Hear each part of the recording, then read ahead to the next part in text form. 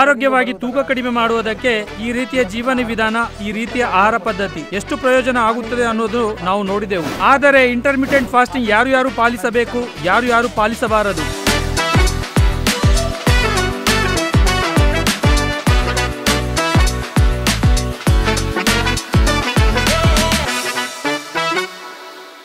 ಈ intermittent fasting ನಿಂದ ಎಷ್ಟು ಲಾಭ ಇದ್ದರೂ ಕೂಡ ಇದು ಪ್ರತಿಯೊಬ್ಬರು ಪಾಲಿಸಬಹುದು ಅನ್ನುವ ವಿಷಯವನ್ನು ಸಂಪೂರ್ಣವಾಗಿ ಹೇಳಲಾಗದ ಪರಿಸ್ಥಿತಿ ಇದೆ ಈ ದಿನ. ಕೆಲವು ರೀತಿಯ ಆರೋಗ್ಯ ಸಮಸ್ಯೆ ಇರುವವರು ಈ ರೀತಿಯ ಫಾಸ್ಟಿಂಗ್ ನಿಂದ ದೂರ ಇರುವುದು ಒಳ್ಳೆಯದು. ಸಾಮಾನ್ಯವಾಗಿ ನಮ್ಮಲ್ಲಿ ಬಹಳ ಜನ ನಿದ್ರೆಯ ಸಮಸ್ಯೆಯಿಂದ ಬಳಲುತ್ತಾರೆ. ಅವರು ನಿದ್ದೆ ಮಾಡಬೇಕೆಂದರೂ ಕೂಡ ಅನೇಕ ಕಾರಣದಿಂದ ಅವರಿಗೆ ನಿದ್ರೆ ಸರಿಯಾಗಿ ಬರುವುದಿಲ್ಲ. ಅಂತವರಿಗೆ ಆಹಾರ ಕೂಡ ಕಡಿಮೆ ಆದರೆ ಬರುವ ನಿದ್ರೆಯೂ ಕೂಡ ಅಡಚಣೆ ಆಗುವ ಅವಕಾಶವೂ ಇರುತ್ತದೆ. ಆದ್ದರಿಂದ ನಿದ್ರೆಯ ಸಮಸ್ಯೆಯಿಂದ ನರಳುವರು ಇಂಟರ್ಮಿಟೆಂಟ್ ಫಾಸ್ಟಿಂಗ್ ನಿಂದ ದೂರ ಇದ್ದರೆ ಒಳ್ಳೆಯದು ಅಂತ ನಾವು ಸಂಪೂರ್ಣವಾಗಿ ಹೇಳಬಹುದು.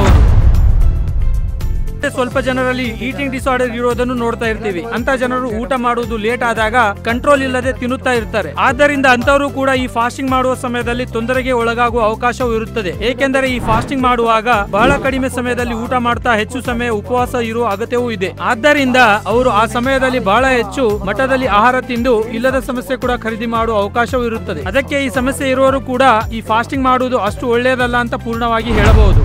ಸ್ವಲ್ಪ ಜನ ಬಾಡಿ ಬಿಲ್ಡಿಂಗ್ ಗೋಸ್ಕರ ಕಠಿಣ ವ್ಯಾಯಾಮ ಮಾಡ್ತಾ ಇರ್ತಾರೆ. ಅಲ್ಲದೆ ಕೆಲವರು ಕೋರ್ಟ್ ಒಳಗಡೆ ದಿನಾಲು ಆಕ್ಟಿವ್ ಆಗಿ ಇರ್ತಾರೆ. ಇವರು ಪ್ರತಿದಿನ ಬಹಳ ಹೆಚ್ಚು ಕ್ಯಾಲೋರಿ ಖರ್ಚು ಮಾಡುತ್ತಾರೆ. ಅಂತವರು ಕೂಡ ಈ ಡಯಟ್ ಅನ್ನೋದು ಸೆಟ್ ಆಗುವುದಿಲ್ಲ. ಫಿಟ್ನೆಸ್ ನಿಯಮವನ್ನು ಪಾಲಿಸುವರು ಅವರ ವರ್ಕ್ ಶೆಡ್ಯೂಲ್ ಜೊತೆಗೆ ಸರಿಯಾದ ಪೋಷಕಾಂಶವನ್ನು ತೆಗೆದುಕೊಳ್ಳುತ್ತಾ ಇದ್ದರೆ ಬಹಳ ಉಪಯೋಗವಿರುತ್ತದೆ. ಇನ್ನು ಡಯಾಬಿಟಿಸ್ ನಿಂದ ಬಳಲುವವರು ಈ ರೀತಿಯ ಫಾಸ್ಟಿಂಗ್ ಮಾಡದೆ ಇರುವುದು ಒಳ್ಳೆಯದು. ಏಕೆಂದರೆ ಇವರು ಮೆಡಿಕೇಶನ್ ಒಳಗಡೆ ಇದ್ದಾರೆ. ಆದ್ದರಿಂದ ಈ ಫಾಸ್ಟಿಂಗ್ ಮಾಡದೆ ಇರುವುದು ಒಳ್ಳೆಯದು ಅಂತ ನಾವು ಹೇಳಬಹುದು. ಅಲ್ಲದೆ ಬ್ಲಡ್ ಶುಗರ್ ಬಹಳ ಕಡಿಮೆ ಇರುವವರು ಕೂಡ ಈ ರೀತಿಯ ಫಾಸ್ಟಿಂಗ್ ಮಾಡದೆ ಇರುವುದು ಒಳ್ಳೆಯದು. ಅಲ್ಲದೆ ಪ್ರೆಗ್ನೆನ್ಸಿಯಿಂದ ಇರುವ ಮಹಿಳೆಯರು, ಹಾಲು ಕುಡಿಸುವ ತಾಯಂದರು ಇಂತಹ ಫಾಸ್ಟಿಂಗ್ ನಿಂದ ದೂರ ಇದ್ದರೆ ಒಳ್ಳೆಯದು.